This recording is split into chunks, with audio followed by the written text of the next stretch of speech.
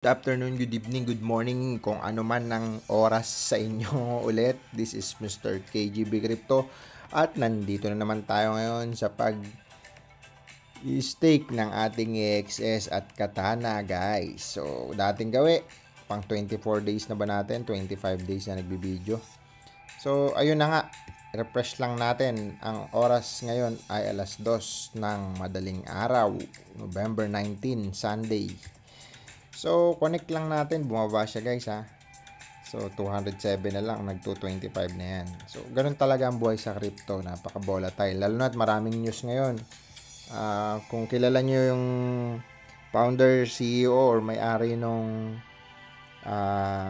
nangungunang owner ng ChatGPT, si Sam Altman ba yun? Sinipa siya. Tinanggal na siya sa pagiging may-ari ng ChatGPT. So, isa kasi yun sa pinaka matunog ngayon yung mga OpenAI, yung ChatGPT. So, ayun na nga, dahil isa sa partner niya si Microsoft, I don't know kung ano nangyari sa kanila, basta yun ang dahilan kung bakit, isa sa mga dahilan kung bakit bumagsak ang crypto ngayon. So, ganun talaga, ang crypto volatile masyado yan, kaya lagi ko ang sinasabi, medyo mag-ingat kayo at aralin nyo muna ang crypto bago kayo maglagay ng pera. So, by the way, restick lang natin. Refresh nga muna natin ulit. November 19, Sunday ng madaling araw. So, meron tayong 32.64, guys. Restick lang natin. So, kung titignan natin, si AXS kasi ba ngayon magkano? Ayan. So, meron tayong 32 ngayong araw. Mga 31 lang pala kasi kanina pa yun eh. It's 31. So, 10,000 pa rin. Not bad. 10,300 a day. Okay. Tapos na tayo mag-stake, guys. Meron tayong 34,348 ngayon. Okay. Punta na tayo sa Katana. Katana Ron Chain. Putok-putok nga ito ngayon. Yung RNS nila o yung Ronin Name Service. So, putok siya. Ang daming bumibili ng parang domain niya, domain wallet. Okay, so meron tayong 27. Ito, pinagpaplanuhan ko nga bumili ng maraming ron. Nung nakaraan pa sana, binili ko nung OpenAI, yung WLD token. So, umangat siya, tapos binili ko ng Pepe token, tapos yun, bumagsak naman. Pero ganun talaga. Okay, meron tayong 28 sa mga 14, kalahati lang yan. Stick natin, swap natin, guys. Tapos, add natin sa liquidity pool at papunta ulit sa farm, guys. So, ayun lang. Wala namang kakaiba sa mga nangyayari sa mundo ngayon. Maliban lang doon. Tsaka yun nga, nag-launch si Elon Musk ng yung Starlink ba o space rocket papuntang Mars. So, yun yung mga kaganapan ngayong araw. Okay. At tingin ko naman magkakaroon ng katuparan yung mga ganyan nilang plano dahil nasa Bible naman yan eh, di ba? Makikita sa himpapawid ang umaaling na tunog, mga ganon, na lahat matatakot kasi may mga nagbabagsakan na malalaking kung ano man. Okay. So, add na natin sa liquidity pool. Tapos na, bilis lang, guys. Ganito lang araw-araw. Tapos yun, screen record lang. Ganun lang ang buhay natin dito sa Ron pag-stick natin. So ayan, meron tayo 9.76. Okay, tapos na. Done na. So kabuuan natin, meron tayong 15,500. So malalagdagan pa yan. Nag-16,000 na yan eh. Pero ayun na nga. Kung ayan, stick ko kaya to. Tingnan ko nga. Paano ba? 3,000. I don't know kung magkano lahat yan. Pero kaya mo na nga. Saka na lang. So, yun. Mga balita ngayon sa crypto, sa CoinGecko. Check natin kung ano man mga nangyari. So, bumagsak nga ang karamihan ng altcoin. Actually, bumagsak na si Bitcoin ng 7 days. Kung sa 7 days pagbabasihan. So, ito nga, si Bet Tensor o Tao, talagang putok to. Grabe, guys, hindi ako nakabili nito. Nasa 2,000 pesos lang ata nung nakita ko to. Check nga natin. Dito nga sa 2,000 nga. Ito yun, itong araw na to, hindi ko lang siya binili kasi mahirap din kasi mamili. Sabi ko nga sa inyo, pag hindi pasok doon sa top exchanger, hindi ako basta-basta bumibili. Pero ito ata pasok sa Gate.io at saka sa ayan, sa MEX, sa MEXC. So ayan, pasok siya diyan. So pwede kayong mamili. Sabi ko sa inyo, itong dalawa na to na exchanger, diyan ako bumibili pag yung mga token talagang napakamura pa at saka malaking potential. Kasi nandiyan yung mga token na magta times 100, times 1,000 pa nga. 1,000x o 500x. Talagang makakahanap ka lang ng tawag dito, ng magandang token ng maraming project at saka medyo kakaiba sa pandinig ng mga investor, ng mga crypto enthusiast at kung ano-ano pa. So ayun na nga, Axie Infinity nasa 333, bumagsak na naman siya guys. So si Gala, ano ba meron dito? Okay, close na natin. Crypto calendar, crypto bubbles, check natin ulit.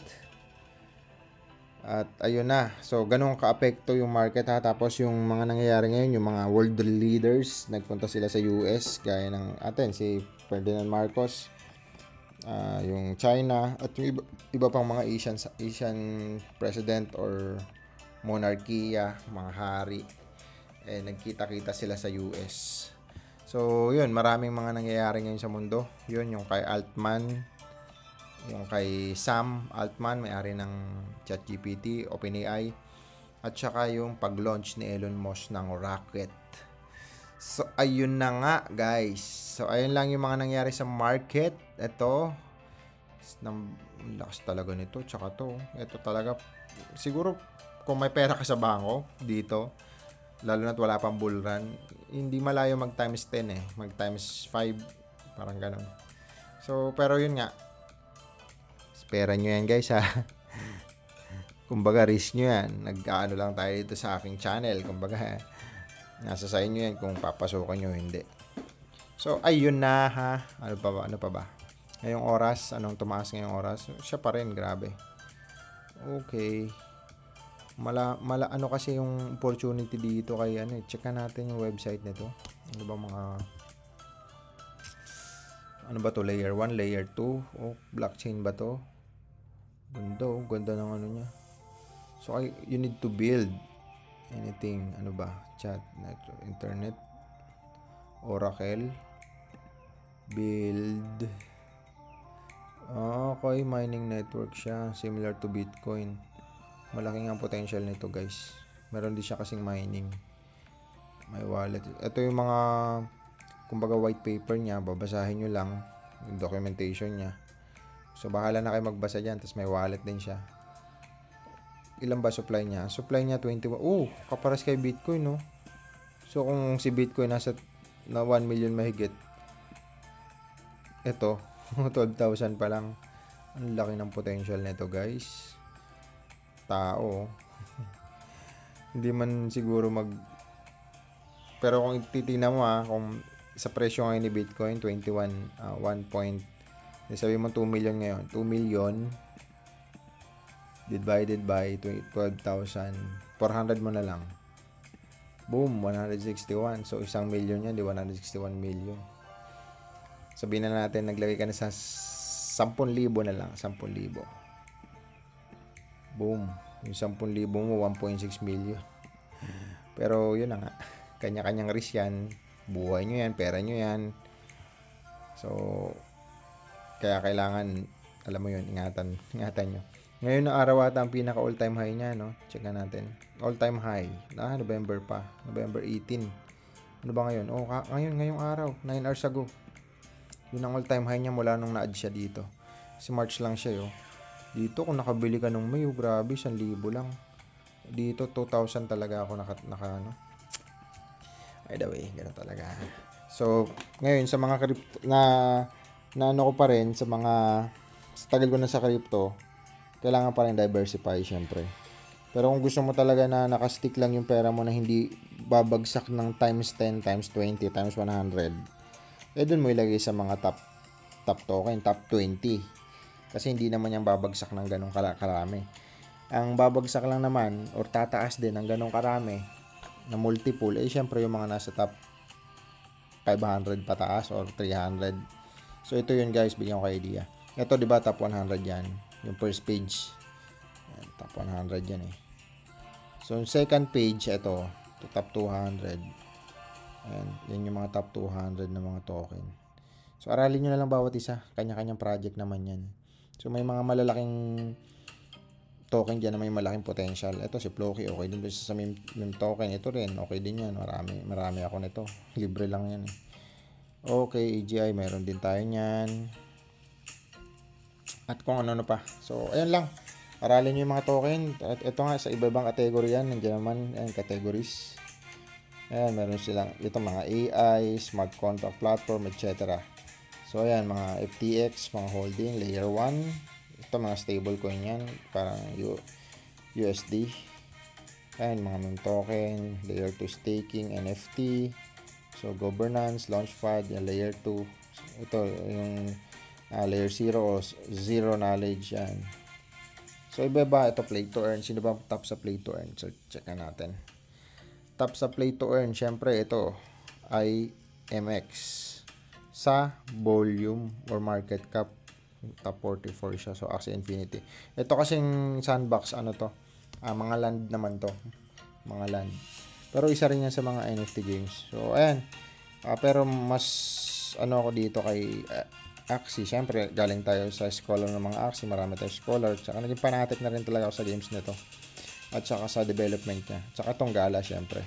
Ito, Illuvium. Ito naman yung Stepen. Yung maglalakad ka, tapos kikita ka.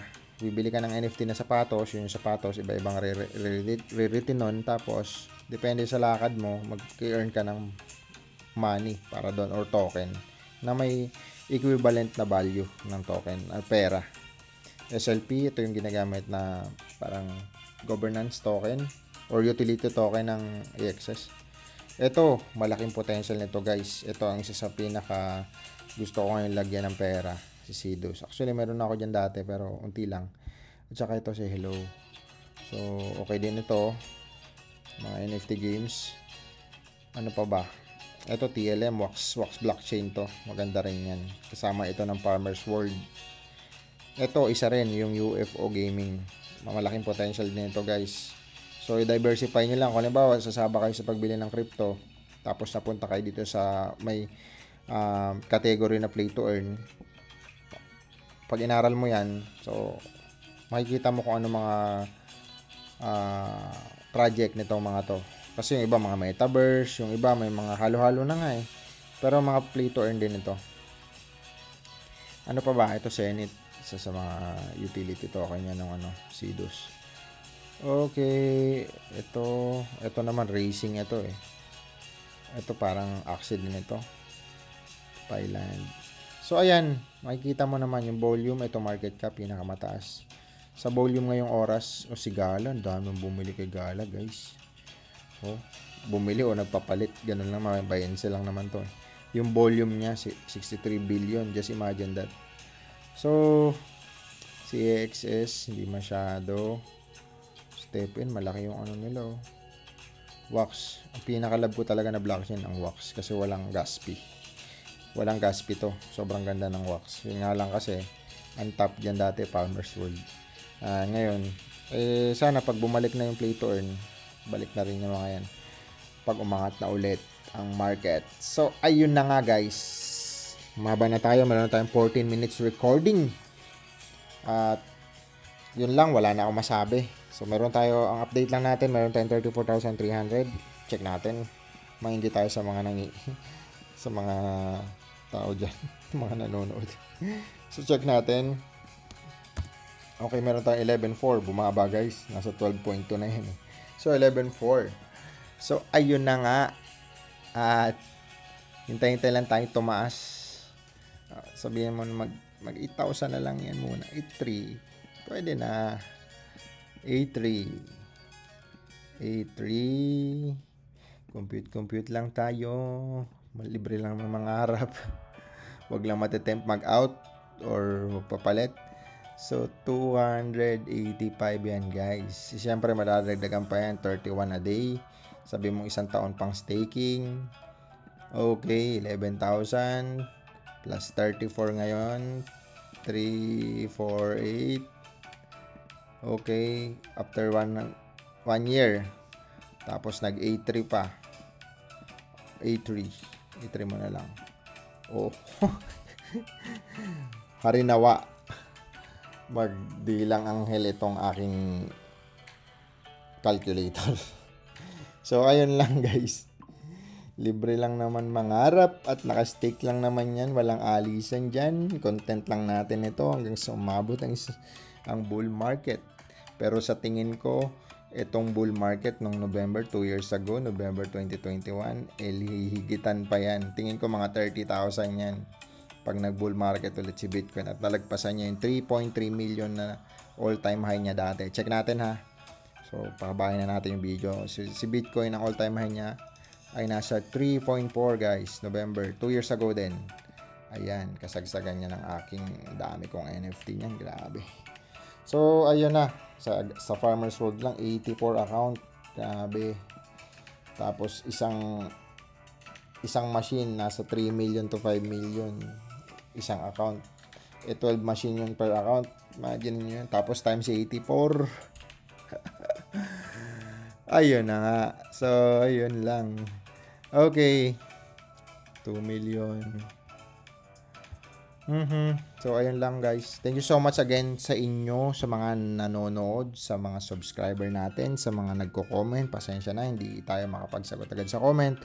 At salamat pa rin sa inyo guys sa pag-support sa aking channel, sa pagsubaybay. Tingin ko after how many months or years, kung ano man, at dumami na ang ating mga subscriber. Siyempre, hindi natin malilimutan ng mga nauna nating subscriber na mga nagtiwala at nag-comment sa atin, nagpa-shout mga lord sa inyo. Hindi ko na kayo may isa-isa at yun na nga. Thank you so much sa inyo sa pag-follow sa aking YouTube channel, Mr. KJB Crypto, ang inyong lingkod. Kita-kits ulit bukas. Peace out.